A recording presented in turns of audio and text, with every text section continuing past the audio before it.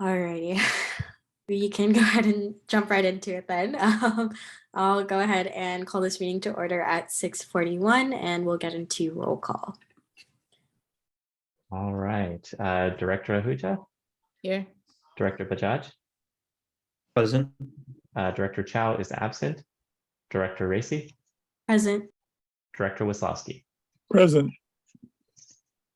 All right, awesome. We will go ahead and move on to item 2, which is public comment for items not on the agenda. So Jenny or Brandon, this is your time to comment. I just want to thank Steve for all of his great work. He's been a real inspiration, and I think we should name the whole complex or the pool after him. So thank you, Steve. Hip hip hooray. You're welcome. So I guess I might just make a little short statement regards to the election. I first want to thank Steve for his hard work and tenure over the past 3 decades. I also want to thank the voters of Rancho Rinconada for this win. They have chosen the path of local control, no price increases, and no tax increases, as well as more recreational activities and opportunities. And I believe that going forward, we have the healthy budget and fiscal stability to enact on those promises and pledges I have made during the campaign. And I believe that residents will know that Rancho Rinconada is open for business and ready to receive them, whether they want to make reservations or walk into the pool. And hopefully we'll have a new renovations with these grants that Kevin is entertaining to get in order to improve our facility for better services for both our residents and visitors. So I want to thank again Rancho Rinconada, and God bless Rancho Rinconada, and God bless America. All righty, awesome. With that, we can go ahead and move on to item 3, our consent items. We can entertain a motion to pass all of I'll them. move to approve the consent items, and somebody has to second that. Can we go back to item 2 briefly? I wanted to say that based on my experience, Brandon, you'll never know why people voted for you other than the fact that you weren't an incumbent is an advantage. So, I don't know. It's a weird election. yes, But- so we'll leave it at that. Otherwise, we'll take more time. But anyway, so I move to accept consent items A, B, C, and D. And thank you. Second. Okay, I'm sorry, was that Director Ahuja? Yeah, that's Okay. great. We have a motion from Director Weslowski and a second from Director Ahuja. We can go ahead and move into voting. All right, Director Ahuja? yep. Director Bajaj? Yes. Director Racy? Yes, And Director Wislowski? Yes. great. Our consent items have passed. We can go ahead and move on to item 4, discussion and action items, starting with 4A. Great. Okay, so 4A is about delegating authority to the general manager to change and or increase program fees and or formats as needed for implementation of CivicPlus recreation management software, with a delegation to expire May 31st, 2023. So the basic gist of this is that this program will allow different types of reservations than we do now, and not all of them work well together. I tested out a few other programs last year and the year before, and it's surprising that things like 10 punch passes may not work with all systems.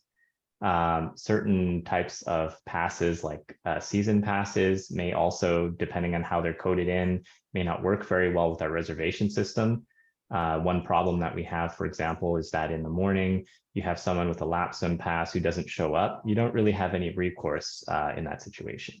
So because they're not charged a direct fee. So if they don't show up, it's not like they lose their money. So So there's many different ways to actually enter that into the system, and we won't know exactly how it'll look until we're actually right in the middle of it. The reason why staff is requesting this delegation is because to actually find all those changes, list them, put the reasonings why, and then come to the board would delay it way too long.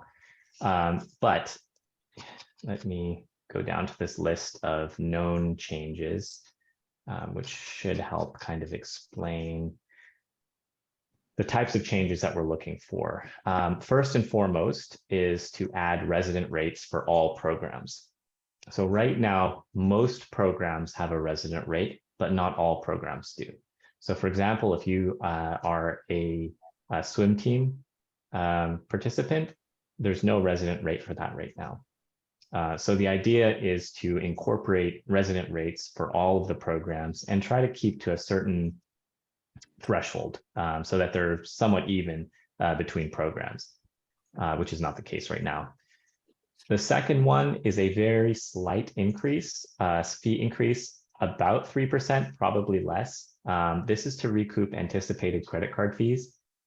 This will not be across the board. This may be higher in some programs, maybe less in others. Some programs may even see a discount. It's just sort of a goal is to just very slightly increase fees just to recover costs, nothing more.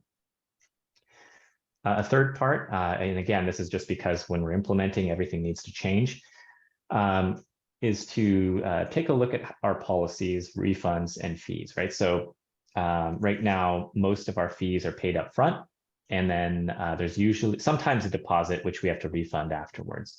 With electronic payments, that may not need to be the case anymore, and so all of that would need to be reworked again. Then there's the public swim. This one needs a lot of work. Basically, public swim and lap swim right now are considered to be one. We don't know whether the passes will work. Specifically, the 10-punch pass sometimes causes problems with most programs we've seen in the past. So maybe Civic Rec will be able to handle it. Maybe they won't. And in addition, clarifying the summer family pass, which was a bit problematic in the past, mostly because the summer hours taper up and then they taper down. And so a lot of people, they'll start buying these passes at the very top of the number of hours. So there's just a lot of availability of public swim. And then as it tapers down, they start feeling like they've been swindled.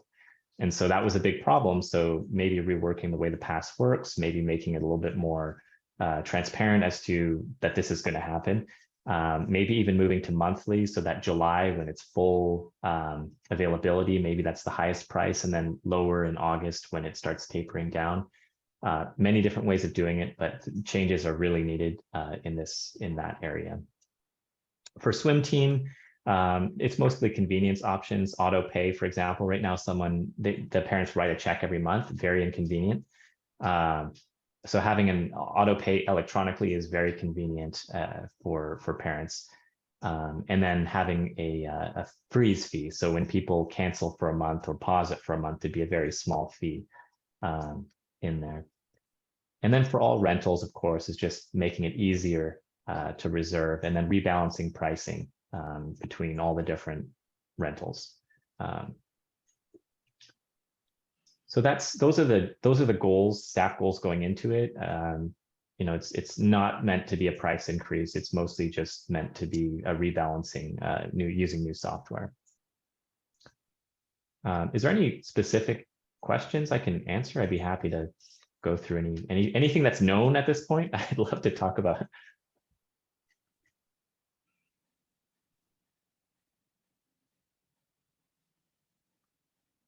I think it looks good to me.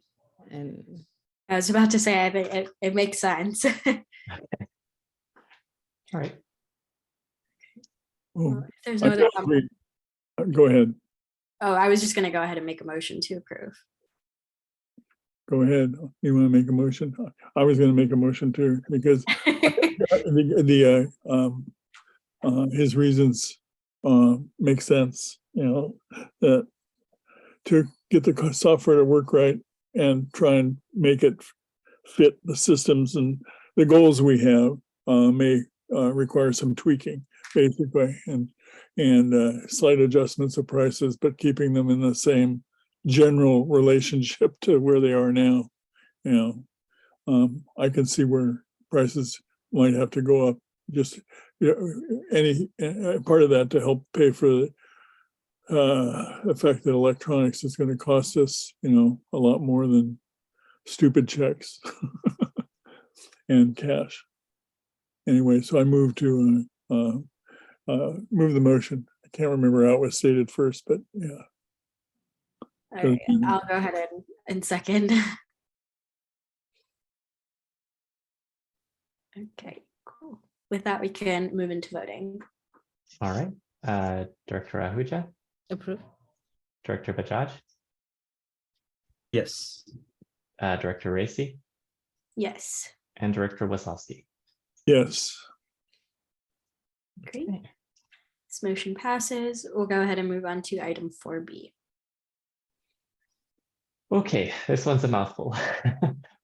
This one is approving delegation of authority to the general manager to negotiate, execute, amend, or terminate an up to 5-year payment processing agreement with CSG Forte Payments with annual extension options for absorbed fee pricing model based payment processing and related service needed to implement CivicPlus recreation management software, subject to review and approval as to form and legality by County Council, with the delegation set to expire on December 31st, 2024. The short story here is that in order to make Civic Rec work and accept payment, we need a payment provider. The one that we identified is Forte. Forte, I believe it's 2.85% is the fees, which is fairly reasonable. There's a small fee schedule, which includes lower fees for ACH. I think it's something like 25 or 50 cents per transaction, things like that. Really the two numbers that we're looking at is how much volume of electronic payments we expect multiplied by 2.85%.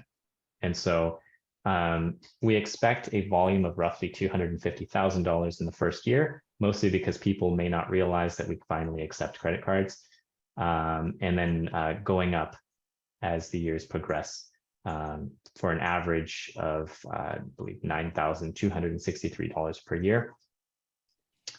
Sorry, I'm interrupting, but have we put out any kind of flyers on or feelers on the people who are paying already? Have they been asked if they would switch over to electronic yet or not yet?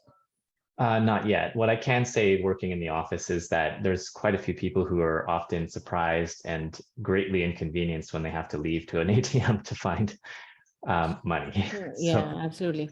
So maybe, whoever is accepting the checks, just start telling people right now that that's something we're working on. That way, when you finally have the systems in place, the word of mouth will spread faster. That's true. And I think that it'll be very prominently displayed for next season, certainly. Yeah, because the cash handling is not free also. Yeah. Counting money is a lengthy process because you have multiple people doing it, ensuring that everything's in order. And we actually scan checks ahead of time. Again, a lengthy process, entering each check into QuickBooks, and it's not a free process. Plus, there's also risk of burglary when you hold large cash amounts. So I think that moving to electronic, there's a lot of very big advantages, with, of course, the downside that there is a cost to it. But Kevin, you did say in the last meeting that that cost could be recouped through less use of staff, right? It's possible, but it's an unknown. I see. So, for example, typically we staff 2 office members during public swim in the summer. Mm-hmm. So depending on how easy the system is to use and how fast the transactions are, that might be able to be reduced to 1. So it's possible that office hours could be reduced and shortened, particularly in the summer, because most transactions may take place online or by phone. Mm-hmm. But as far as how much that recoups, maybe a few thousand, I would say. But beyond that, I'm not sure. Yeah, it's really hard to say. And I'm not seeing that you can reduce staffing significantly when you're open. I would say people expect a human being to be in the front office, not just out on the deck. Right. So the reduction would really be when there's 2 office staff, now there would be 1. And because we're so seasonal, it's a small savings. Now, if we were to go into a year-round program somehow, then the savings would be quite big. But we're not a year-round program, even though that would be great. Did that answer your question? I think it's still worth it with the less risk of burglary and just the intense amount of work that goes into manual counting and scanning and all of that. Not to forget the advantages to the customer. Much more convenient for the customer, including refunds. Refunds are right back. Yep. And most people have the cashback, so they're always happy. Cashback credit card. So That's right.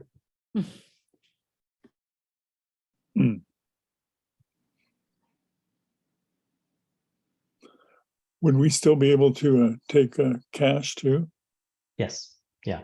I would personally, I would love to abolish cash and check, but it would make workflows much easier because you only have one entry point and type of transaction and one going out. But unfortunately, that's I believe government entities are expected to take all forms of payment. I was about to say, I'm pretty sure all businesses have to accept cash. Like Really? they don't allow only credit. There's some restaurants that are doing all credit card. Yeah, they're But- technically not allowed to, but Oh. yeah. that's for tax savings. You don't say things out loud. Yeah, I prefer all electronic because with cash and check, you have to have 3 different processes for each of those flows, and that's more training. But you know, it's okay. We'll figure it out. Yep. Well, any other questions? Otherwise, I'll make a motion. I'm glad Newper shared what her neighbors on both sides had to say about they wouldn't use our facility even though it's steps away from their houses, you know, because they couldn't use credit, and that's pretty convincing. Anyway, I move to approve this. I'll second it. Okay, great. We have a motion and a second on the floor. We'll go ahead and move into voting. Okay, Director Ahuja, Yes. Director Bajaj, Yes. Director Racy, Yes. and Director Wislowski. Yes. Great, this motion passes, and we'll go ahead and move on to item 4C. Okay. This one is an annual cost of living increase of 5.7% for the general manager, accounting and records manager, and program manager positions, and a 2% increase in the 457B employment contributions effective November 6th. Let's go through that. So basically, the inflation, there's 2 separate recommendations here. One is the inflation, one is the 2% increase, just because one is very clearly more controversial than the other one. The 5.7% increase inflation adjustment, I think, is probably not a surprise to anyone. This is based on the CPI-U for the San Francisco Bay Area. This is from the Bureau of Labor Statistics. So that is one of the attachments if you want to take a look at those numbers. So this basically just keeps the salaries from last year on par with the salaries or the cost of living today. That's it.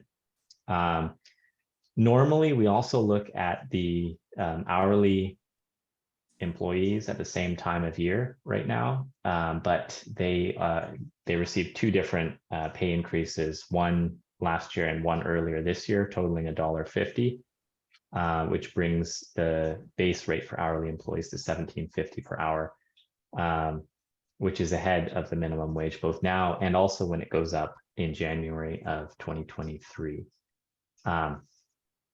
It's important to note that yes, the minimum at Rancho is $17.50, but most people are actually, that really only applies to training and lifeguarding. Most are paid closer to $20.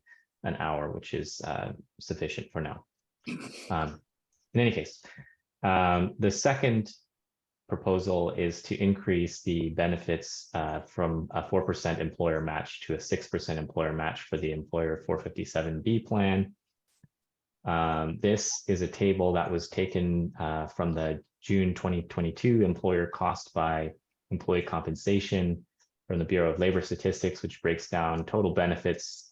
So basically each of these, paid leave, supplemental pay, insurance, retirement, and legally required benefits, all joined together to make up the total benefit cost.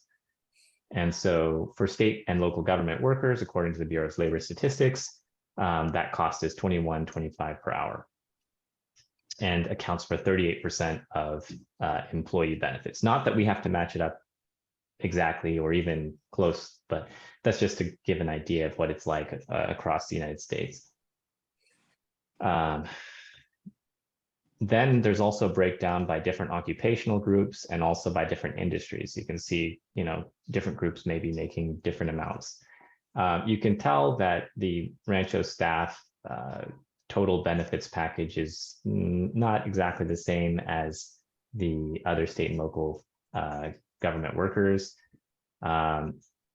It's relatively the same in terms of paid leave.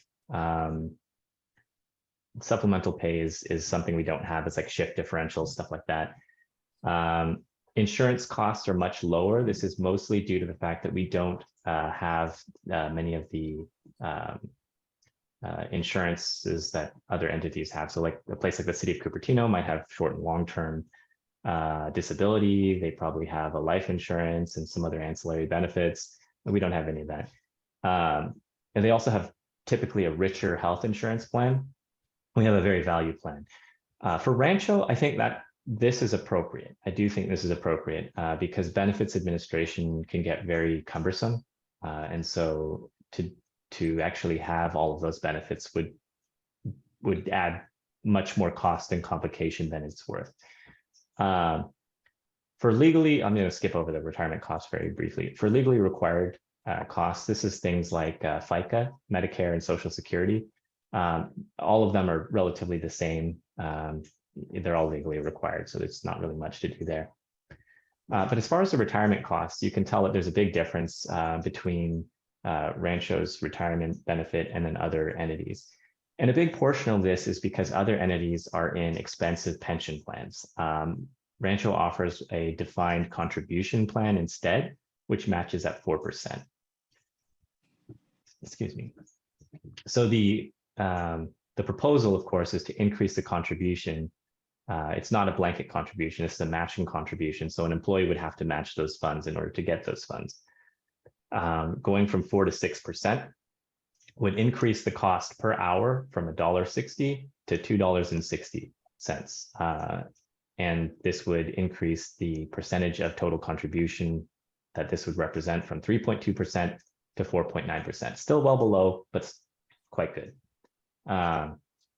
Those are the reasonings for that. The inflation adjustment is expected to add $14,000 to direct staffing costs and roughly $1,000 in indirect staffing costs for a total of $15,454. The breakdown would look like this.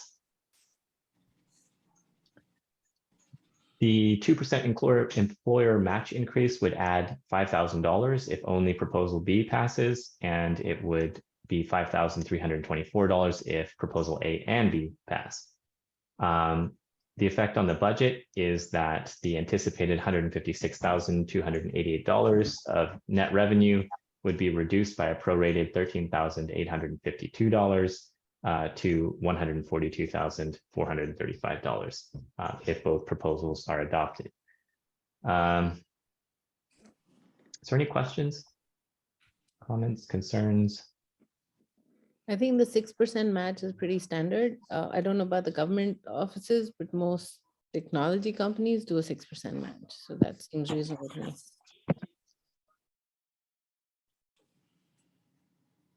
And they certainly conservative compared to all the other categories, government and non-government. And they don't seem, at least based on the that background, they don't seem excessive. I'm sure there'd be some taxpayers out there who would say all of it's excessive if it totals more than they make. Yeah, I'm getting 5% right now, so I think I'm all for 6%. Steve's right, it's definitely conservative, but as high as we can go, it's great.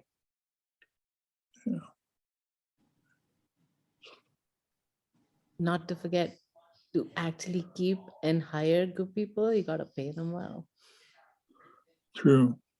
That's very true. Turnover is very expensive, as we all know. And the three positions, that's why the three positions we have are the three positions we have. It's reducing the labor categories to the minimum possible. And you're right, if we had to replace any of these people, they would all end up costing us more. Definitely the first year and probably from then on. So, is the account and records manager like the controller accountant of the district? No, we have a third-party controller accountant. Okay, got it. Yeah. So this is the accounts manager is for more of a clerical position, I'm guessing. Yeah, it's a little bit harder to lump into just accounting, mostly because we're so small that a lot of different duties get lumped in. Got it. Yeah, but it's mostly clerical, yes, as well as some managerial duties. Got it. As well as some bookkeeping as well. Correct. Yes. Got it. All right. Thank you. Just want to understand the roles. It's a lot, as he said, it's a lot more. What Sunny does is a lot more than just that.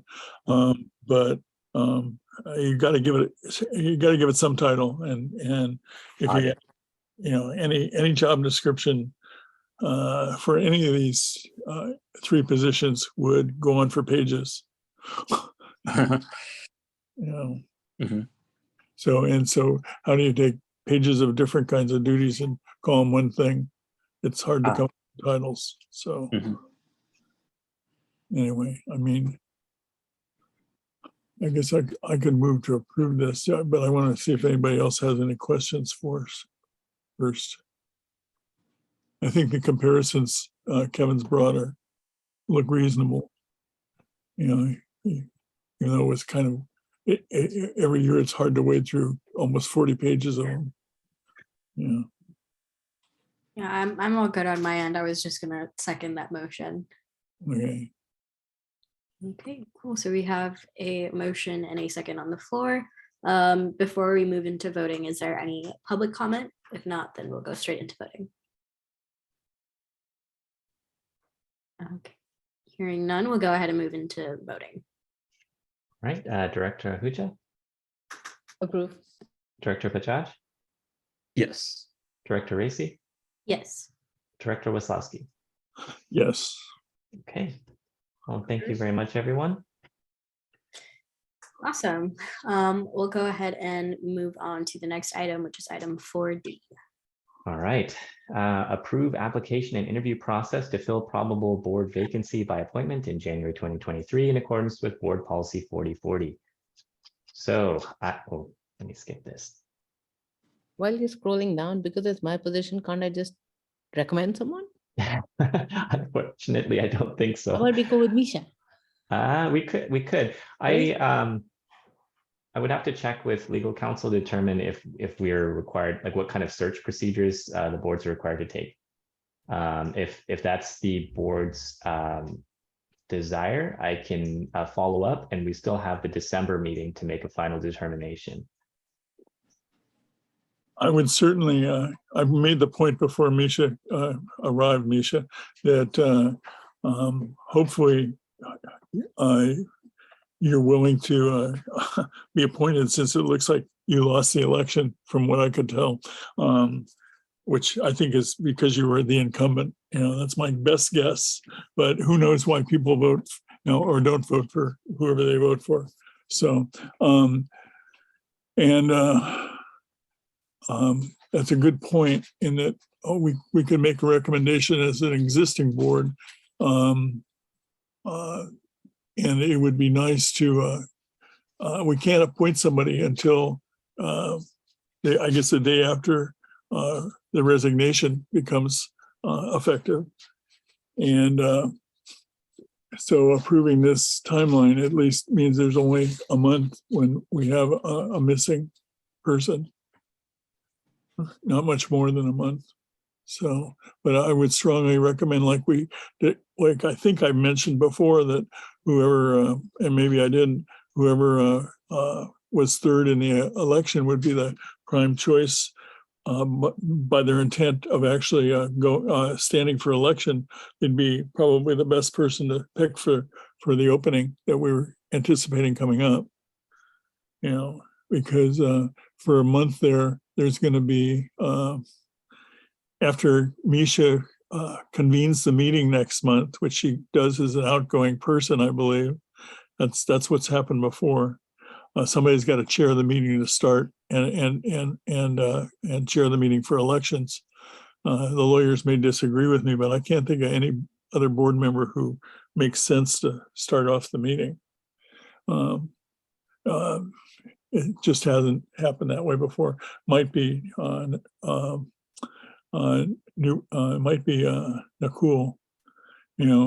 so I'm starting to sound like I'm rambling, I'm sorry. But I would say that based on the criteria and the recommendations that we have written down, that the most qualified person and maybe the only person who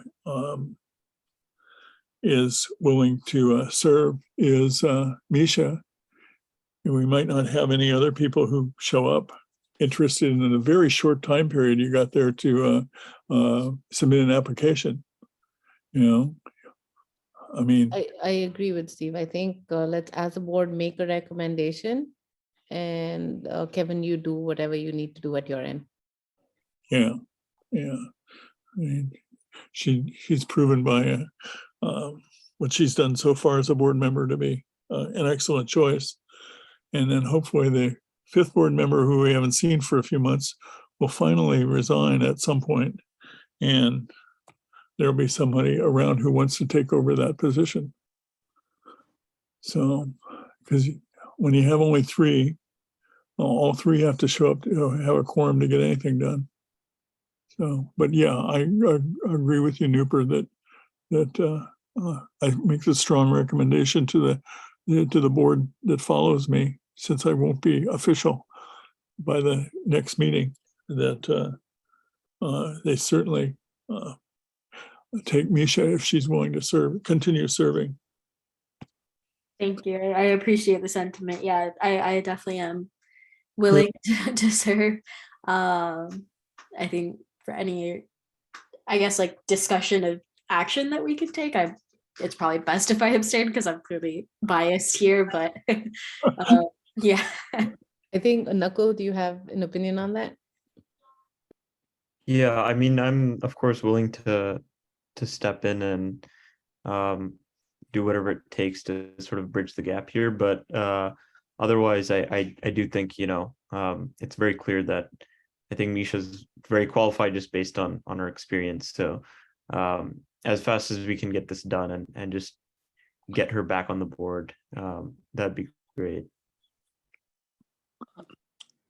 As I mentioned before Misha came on, that I would certainly recommend Misha, as I voted and endorsed her, and wanted her to be re-elected with me. But events are events, and but hopefully you can reapply as soon as possible, Misha. That's all I can say for now. But you've been doing a great job. And thank you very much for your past years of service, and hopefully you continue the next 2 years or more. That's true. It's to fill a 2-year, the remaining 2 years of vacancy for Newper's position. So, and I don't know if I'm allowed to say this or not, but since I'm not on the board yet, next time if you run, I would suggest instead of labeling yourself incumbent, I would say board director. You know, that's less grading, but that's all I can say about that. yeah, I could be wrong. Will do, thank you. Sorry, go ahead. What did you say? No, go ahead. Just saying will do. Thank you. All right. Yeah. I'm sorry, Misha. Well, I can also see that I'm glad that Newper brought it up. We can not only approve this timeline in order to shorten the vacancy as much as possible, and because that'll help you guys going forward. But another thing is we can also separately, with the exception of Misha, the other 3 board members who are serving now can strongly recommend that Misha be chosen to fill the vacancy. And we can't act. The only people who can act will be the people who are on the board in January. But of those people, 2 of them are here tonight. So, so 2 out of 3.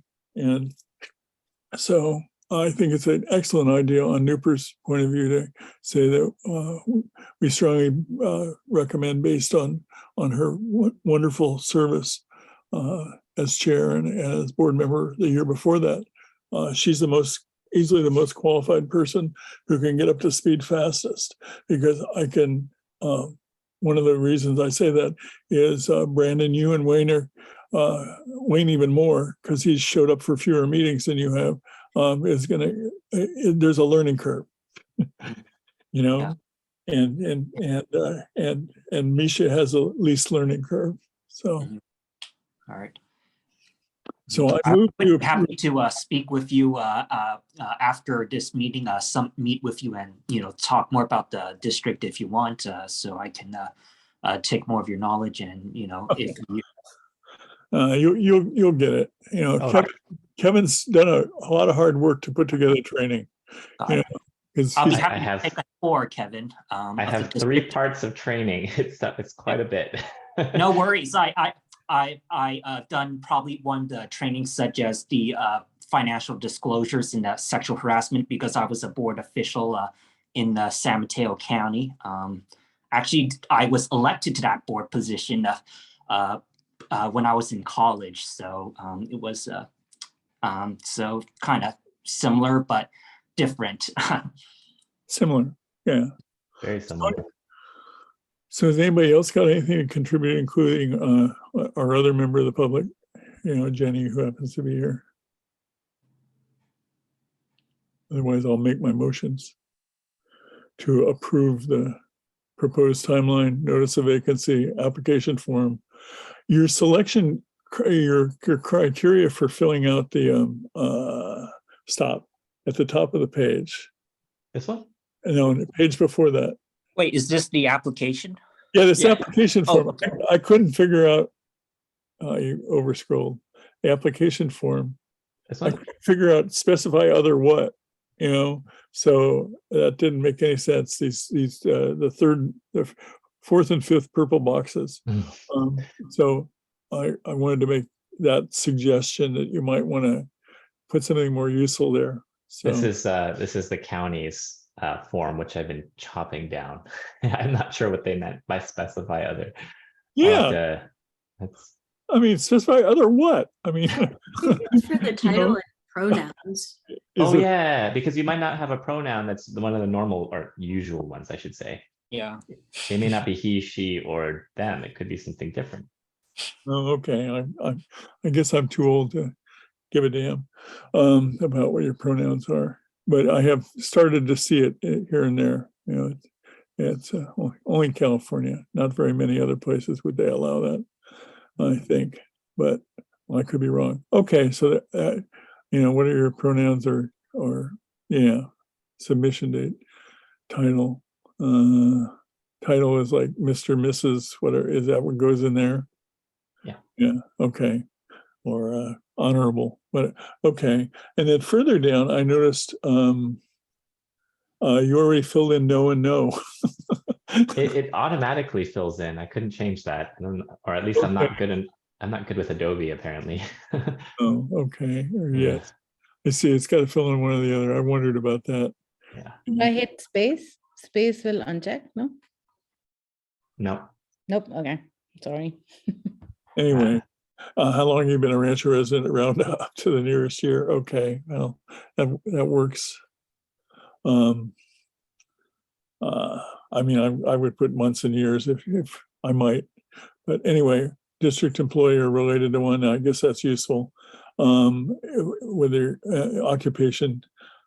So this is the standard form that the county uses for members of boards and commissions. Yeah, it's been modified. I've taken out quite a bit of stuff that doesn't really apply to Rancho. Okay. But other than that, everything else is still in here. Yeah. It's a good starting place.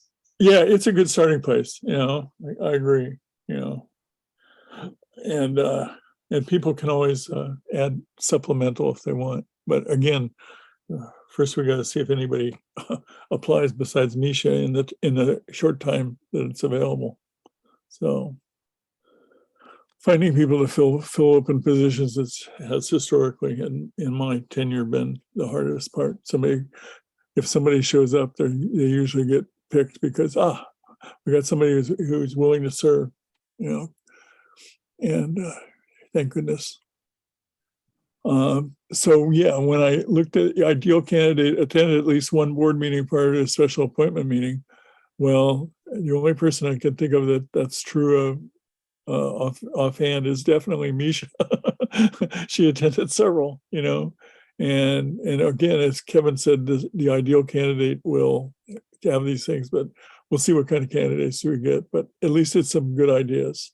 You know, you have to be a resident, registered to vote, and complete the form prior to the deadline, and then you have to attend the meeting so that we can ask you questions.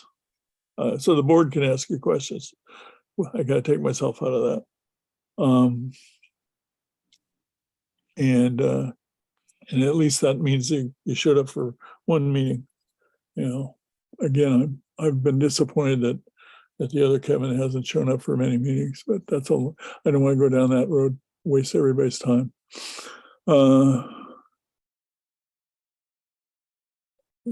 They're pretty good qualifications, you know, and Yeah, in my inexperience, making me ask this question here, can we not reach out and request a resignation from him? Yes, yeah, we can. And that's something that I'll pursue. Yeah, do you need anything from the board for that at all? No, I think he may just be very busy. So Okay. I might just prepare a letter in advance and then see if he'll. I'm in the real Right. estate market too, and it's not busy. So let's be real here. what's the question? A request, calling and reaching out to the board member who's not been attending and requesting a resignation. Oh, yes. Thank you. I'm sorry. Yeah. It would have been. Is there like a policy of being able to remove a board member who's been like absent for a year or? Nope. No. No, got it. There's no way to remove an elected or appointed. By reputation, the only way we were able to get rid of the last one was I hurt their feelings so badly they quit. Oh, I see. That was that's what they said. I go, okay, fine. Okay. You know, but Not that I kind of, want, like using that removal if it is available. right. It's very, very difficult. There is some ways, but I think it requires like crime and some other things too. Oh, okay, got it. So Yeah. for stuff like this, no. Yeah, there are probably state laws that specify, yeah, in egregious circumstances. Yeah, But- it has to be really bad. Yeah, so who knows? Anyway, but yeah, that's a really the bottom line there is it's a very difficult set of rules to write. That's why we didn't do it. You know, Kevin's nodding his head, you know, just way beyond. Anyway, That's why we just be nice and request. Yeah. so in the past, that's always that was always the case, is people just quit, you know, when they had enough. So you probably have to, the new board will probably have to pass this thing again to do another to fill the other position, hopefully as soon as possible. You know, unless by some miracle Kevin Chang resigns effective December 31st too, and then you'll have 2 openings. Yeah, and maybe you'll have a person who applies in a short time period. Normally, you know, in the past when we tried to fill opening, we gave it a little bit more open time because we had time, you know. So, but because we were down from 5 to 4 instead of from 5 to 3. You know, when you're down to 5, down to 3, you know, anything happens to any board member, you know, look both ways before crossing the street, all of you. Anyway, so I did make the motion. Any other discussion? We've certainly discussed it. I mean, I've certainly discussed it. I can second it. Yeah. All right, great. Well, since we have a motion and a second, we'll go ahead, or before we move into voting, is there any public comment?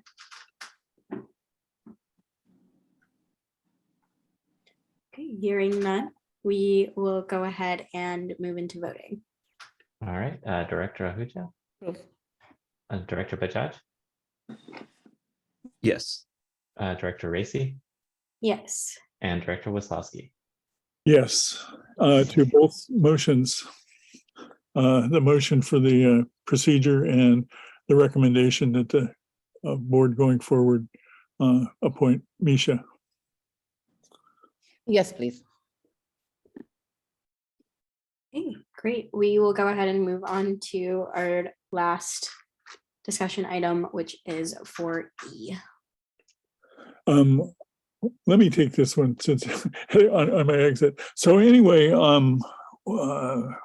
he's explained it really well that there's a meeting that'll take place the first Monday of the which is the same week but earlier than the meeting before we'd have a time for the incoming board directors to decide who's going to be the representative to Santa Clara County Special Districts Association. Kevin's attended a few meetings in the past. One of the main reasons for attending is so that we have a quorum. It's a Zoom meeting of late, and it's an excellent source of information.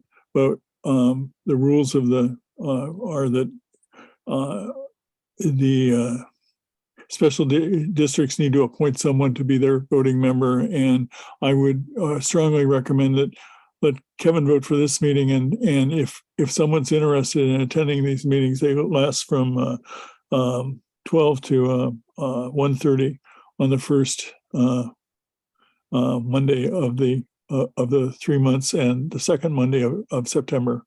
It's March, June, September, and December. And the other thing is that he's got it right that there are 20 special districts. However, what he got wrong was that LAFCO's a partner organization. They report to the SCC SDA. Valley Transportation Authority is actually one of the special districts, and CSDA is, of course, a partner organization. So the only thing he got wrong is VTA happens to be one of the 20 special districts, and they vote.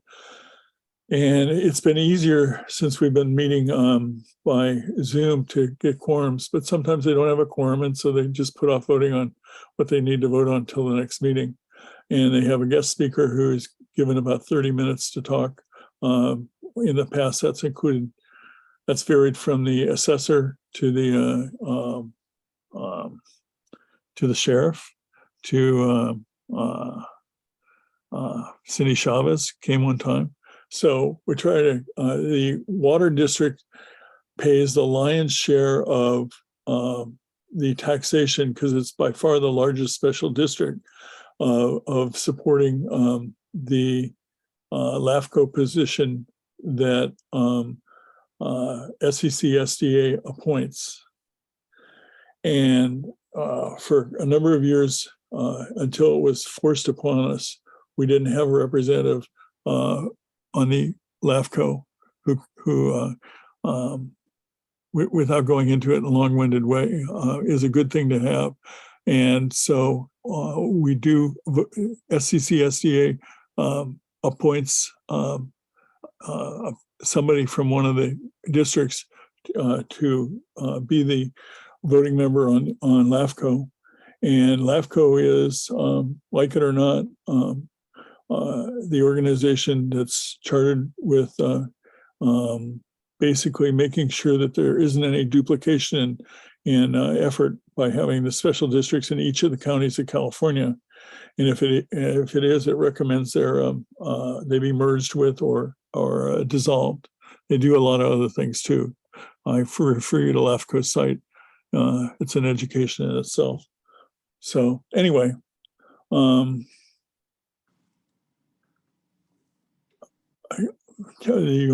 only, I think I've said more than enough. Does anybody have any questions? I mean, I've been on SEC SDA as our representative since it was formed, really.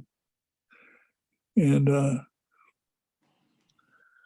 mean, I definitely think it makes sense to have Kevin fill that position and just have someone who's going to be a constant. But yeah, no questions on my end. I can go ahead and make the motion to approve. the only downside is that it's always in the time frame on the day when he has to put out his agenda. I was going to say it's a very temporary appointment just until the next meeting, Which is March. Gotcha. yeah. Yeah, the meetings, they all happen on the same Monday, which is the deadline for the entire agenda packet. So it's a very, very busy day for me. And I usually work through the weekend on that weekend. So it does put a lot of pressure on me. So I can definitely do it on the short term, but it might be a good idea to find a more long-term replacement. And I can serve as alternate if that's what the board wants going forward. But that can be something for the December board. Okay, Yeah. then just strike my previous comment, but it still makes sense. So I'll go ahead and move to approve. Yeah. So, any other questions? I mean, like I say, I know too much, so I'm long-winded.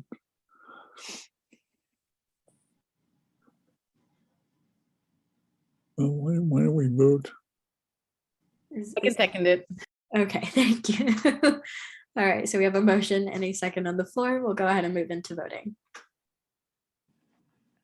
Okay, Director Ahuja, Yes.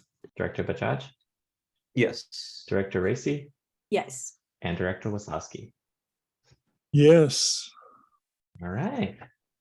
Great, we've made it through our action items. We'll go ahead This is a move on. long one. Yeah. We'll go ahead and move on to information and discussion items. Okay, General Manager's report. No unplanned closures. This is no surprise. Board orientation is late because we have one member who has not completed it. Site master plan is currently on hold as we try to get our grant projects done. I still have not heard back from Dewberry, but I hear that a proposal is incoming very soon. So this is good news and bad news. It's good news because it's finally coming, which means we might have a public bidding package at some point.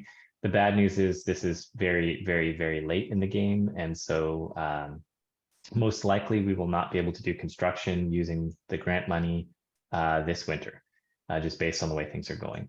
That is not great news, but there are other ways of doing this. And I think what may need to happen is maybe just a replacement of the pool heater for now, get all of the construction projects bidded out for next year well in advance. And so that way we can just get it done early and then just get all the work done at the very last minute at the end of 2023.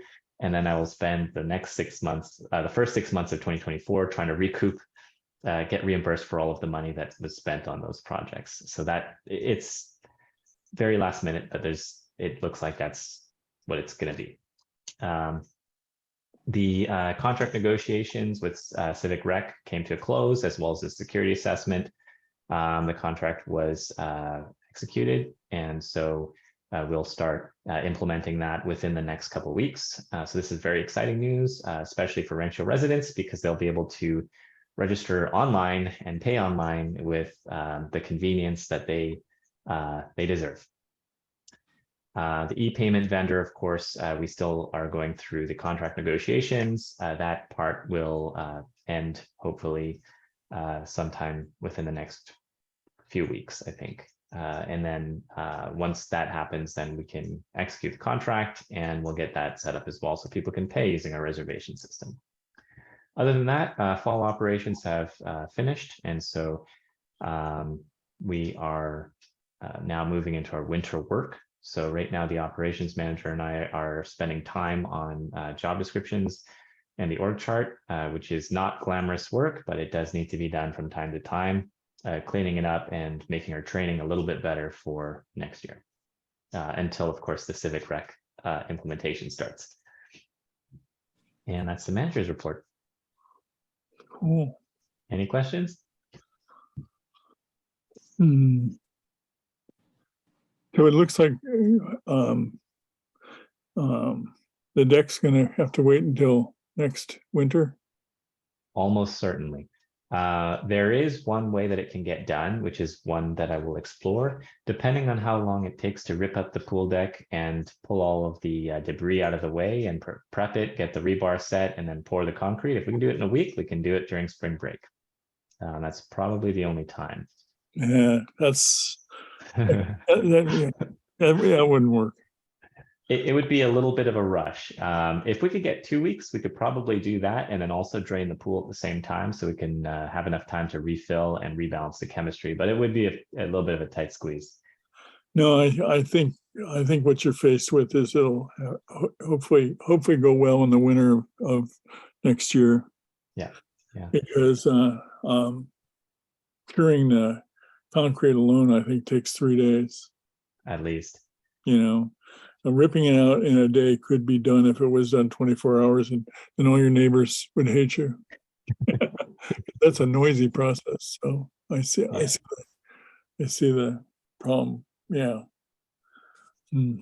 It might be possible in 2 weeks, but that could be disruptive to swim lessons. So it really depends on the contractors and just how everything comes together. And I don't know until I see this proposal. Well, yeah, the other problem I can see is trying to do something inside the pool itself at the same time that you're doing the deck. Those guys are getting in each other's way. That's right. So I don't see any way, having been there when we replaced the deck in the pool last time, and overseeing that process for the 6 weeks that we were amazingly able to do it in, I believe, I can't see it happening in 1 week. So, all right. Well, again, thank you, everyone. Good luck going forward. I hope to, in the future, be able to attend meetings. Misha, unless there's a legal reason why not, I hope you can chair the next meeting long enough to do the elections and hand it over to probably, I hope, Nakul as maybe the next person to be chair. I strongly recommend that. Not that I don't like you, Brandon. no worries. But the person with the most experience will help the most your first year. So, Mhm. No worries. yeah, anyway. So, Thank you, Steve, for all of your hard work. We definitely appreciate it. Mhm. yeah, I'm still signing checks. I'll sign them as long as I can legally. Thank So, you. Thank you, Steve. You've just been a Thank you. delight all these years, and I'm so glad everybody was able to come tonight. But yeah, Steve, be sure and drop in. You know where the pool is. So yeah, I do. Thank you all. Good luck going forward, guys and ladies. Thanks, Steve. Thank you. Yeah. thank you, everybody. All right. Mhm. With that, is there a motion to adjourn I'll move to adjourn. for the final time? The final Dun, motion. dun, dun. Almost I think I've made every movement tonight. I'm going, you'll read the minutes and go, who was this guy? He did everything. I mean, he shoved everything down their throats. Hip hip hooray! Hip hip hooray! Hip hip. Why don't you second? Yeah. All right. Does anyone oppose to adjourning? No. All right. Hearing no opposition, we'll go ahead and adjourn at 7:42.